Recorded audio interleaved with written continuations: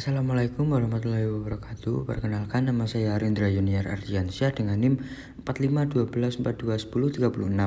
Di sini saya akan menjelaskan tentang kearifan lokal adat Sasi dalam pengelolaan lingkungan. Sasi merupakan salah satu kebudayaan yang mengatur mengenai waktu pengambilan hasil alam dalam rangka penjagaan lingkungan sehingga tetap lestari. Penetapan waktu ini dimaksudkan supaya masyarakat dapat merasakan hasil dan manfaat dari kerja keras mereka.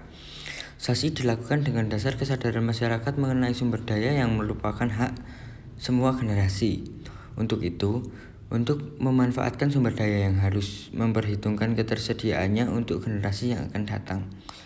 Penerapan sistem Sasi dilakukan sebagai wadah pengamanan sumber daya alam dan lingkungan serta mendidik dan membentuk sikap dari perilaku masyarakat untuk memelihara tata krama hidup bermasyarakat.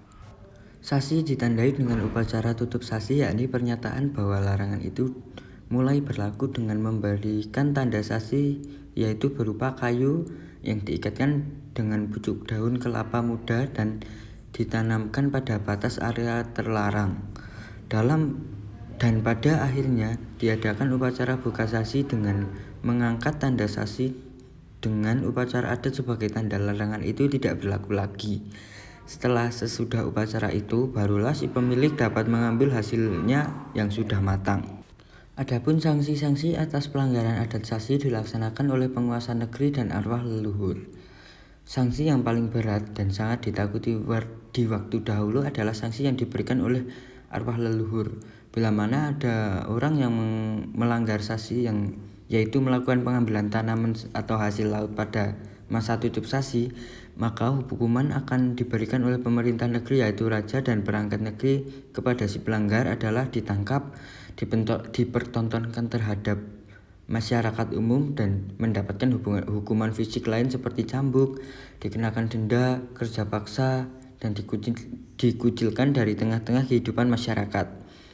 Sedangkan hukuman yang diberikan oleh arwah roh atau roh-roh tete nenek moyang atau leluhur antara lain adalah anak sakit-sakitan secara terus-menerus dan akhirnya meninggal dunia sehingga keluarga itu tidak memiliki seorang keturunan pun.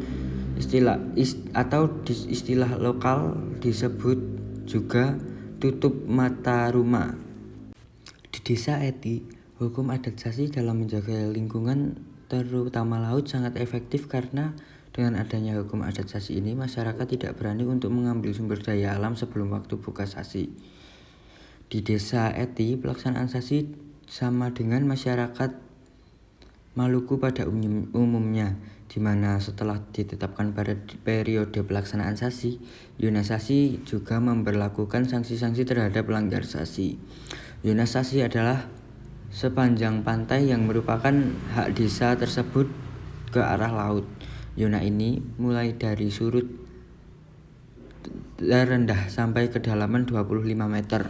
Dengan demikian, sebuah zona merupakan daerah terbatas bagi pemanfaatan sumber daya alam yang sepenuhnya diatur melalui peraturan adat Sasi laut.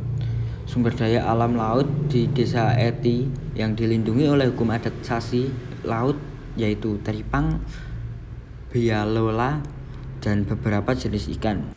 Kesimpulannya adalah Sasi adalah larangan untuk memanen sumber daya tertentu hayati laut maupun darat dalam jangka waktu yang telah ditetapkan. Sasi ini bertujuan untuk mengatur semua hasil bumi baik darat maupun air yang ada di wilayah negeri, baik pekarangan sendiri maupun areal perkebunan atau ladang komersial. Semua akan mendapatkan perlakuan yang sama. Hukum adat Sasi ini sangat efektif karena dengan adanya hukum adat Sasi ini, masyarakat tidak berani untuk mengambil sumber daya alam sebelum waktu buka Sasi. Dampak dari peraturan hukum adat dan hukum positif yaitu masyarakat adat dapat memperoleh hasil laut yang memuaskan karena selama berlakunya tutup Sasi, semua hasil laut dilarang untuk diambil sampai tiba buka Sasi, dan juga dengan adanya peraturan-peraturan tersebut maka sumber daya alam dan lingkungan dapat terjaga dengan baik.